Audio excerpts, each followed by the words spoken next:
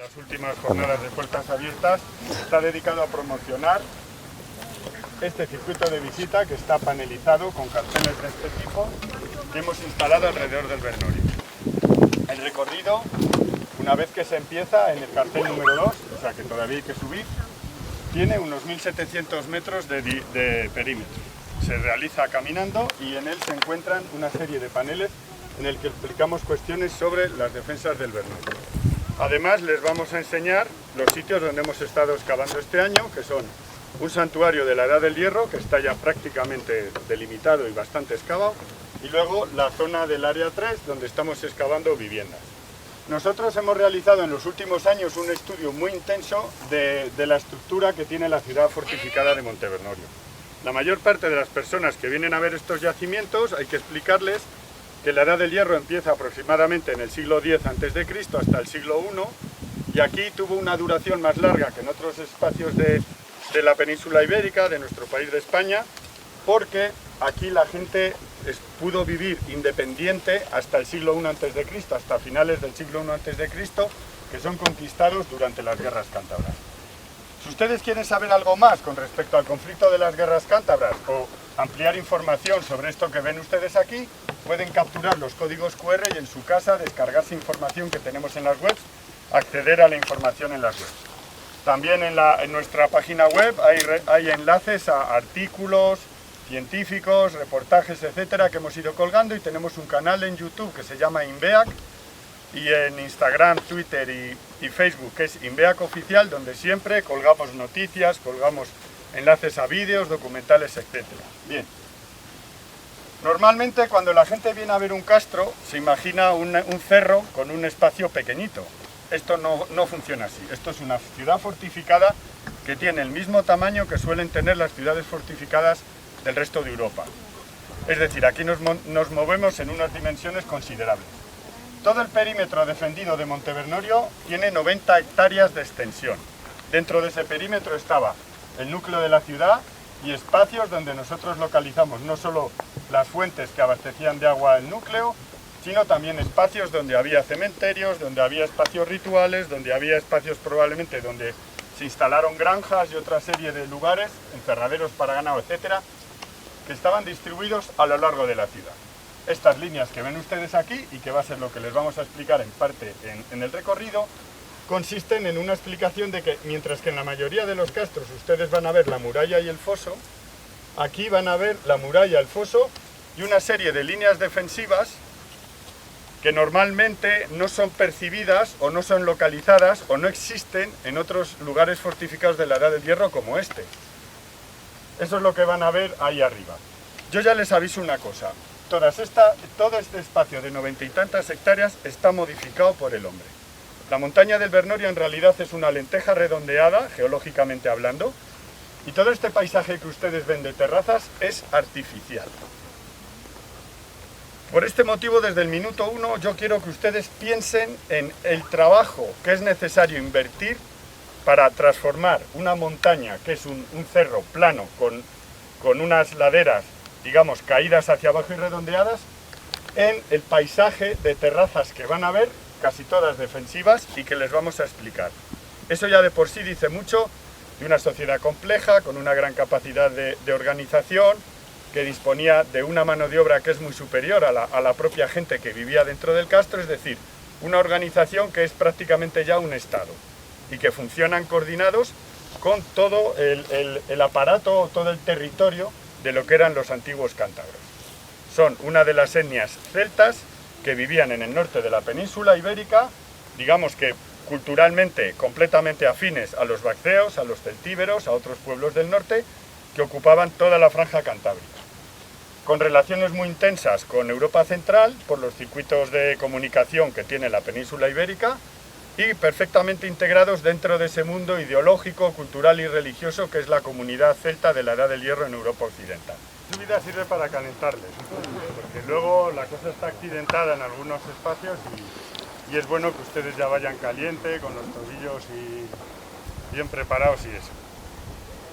Bueno, aquí les voy a empezar a explicar el sistema defensivo de una forma bastante gráfica. Ustedes se pueden acercar luego al panel para ver las ilustraciones que intentan reconstruir cómo sería este dispositivo defensivo. La pendiente está un poco suavizada para que quepa en el dibujo, porque en realidad esto es mucho más vertical. Esto es lo que nosotros llamamos multivallado vertical. Fíjense ustedes que si miran en esta dirección, ustedes van a encontrar una serie de terrazas. Pero si son observadores verán que las terrazas no siguen la lógica de la estructura geológica de la montaña, porque donde estamos, que es una terraza que se basa en un acantilado que hay aquí debajo, bueno, sería lógico pensar que aquí hay una terraza de tierra porque se acumula tierra, pero es que debajo hay otra y debajo hay otra. Y además son terrazas que en vez de tener el plano inclinado hacia abajo por desgaste, lo tienen inclinado hacia adentro. Eso quiere decir que han tenido una forma originariamente mucho más en pico, que ha hecho que el material se retenga ahí y que caiga hacia adentro. Y esto es lo que nosotros representamos, que son estos caballones de tierra que se construyeron en todas las laderas. ¿Cuál es el problema también? Los caballones de tierra, estas líneas, no son continuas, son discontinuas. Lo que forman es un sistema de laberintos, porque se colocan unas delante de otras, creando una serie de pasillos laberínticos que dificultan el acceso a la muralla. Estos sistemas defensivos son muy interesantes porque lo que están haciendo es impedir el acceso al foso y en la muralla, que son la última línea defensiva. Bien, entonces, ¿qué es lo que nosotros vamos a calcular ahora? Ustedes imagínense esta terraza, que es un terraplén, hay otro terraplén que termina ahí y otro que empieza ahí un poco más arriba de este, luego otro tercer terraplén que va ahí, y si miran en esta dirección, pues ven también terraplenes. Y algunos otros que ya le enseñaremos que han desaparecido porque están en la zona de sembrados, pero de los que quedan improntas que nosotros identificamos en los vuelos. Esta montaña no genera tierra, es decir, yo les voy a enseñar calvas de obuses que han caído en la guerra civil o de bombas de aviación y verán que el suelo no se ha regenerado porque no le ha dado tiempo. Este tipo de suelo genera aproximadamente 1 milímetro de tierra al año, que en su mayor parte se lo lleva la lluvia y la nieve en el deshielo. Entonces, ¿toda esta tierra de dónde viene? Toda esta tierra viene de abajo y la suben aquí para colocarla en las terrazas.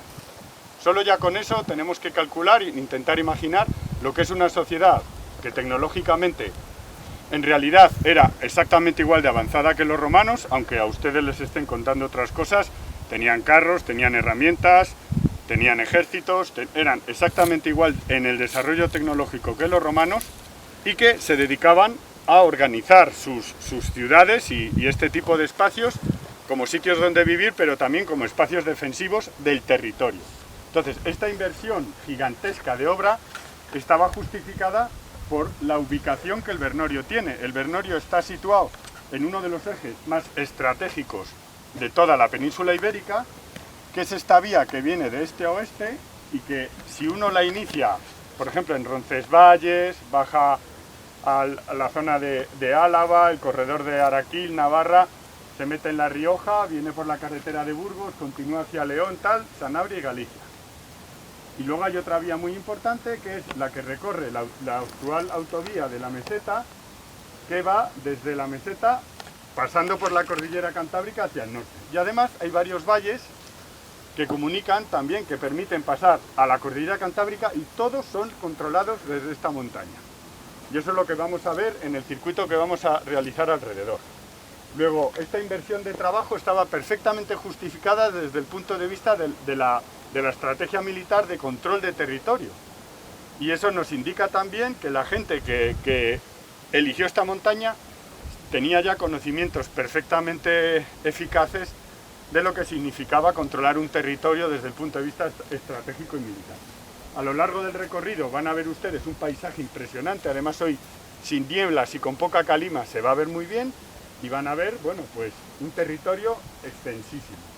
El Bernorio se ve perfectamente y con facilidad desde aproximadamente unos 40-50 kilómetros alrededor, dependiendo de donde uno está, y como referencia visual desde distancias muchísimo más largas. Eso ya solo justifica, como les he dicho, el que este núcleo surgiera aquí y que estuviera tan fortificado. Ahora vamos a pasar al segundo punto, siguiendo este camino.